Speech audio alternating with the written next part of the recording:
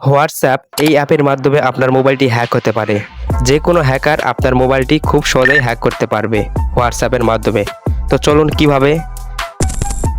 আপনার মোবাইল থেকে সর্বপ্রথম আপনার হোয়াটসঅ্যাপটি ওপেন করবেন। দেন উপরে দেখতে পাচ্ছেন থ্রি আইকন, এখানে একটা ক্লিক করবেন। দেন সেটিংয়ে ক্লিক করবেন। দেন একটু স্ক্রল করবেন, এখানে দেখতে পাচ্ছেন স্টোরেজ অ্যান্ড ডাটা, এখানে একটা ক্লিক করবেন।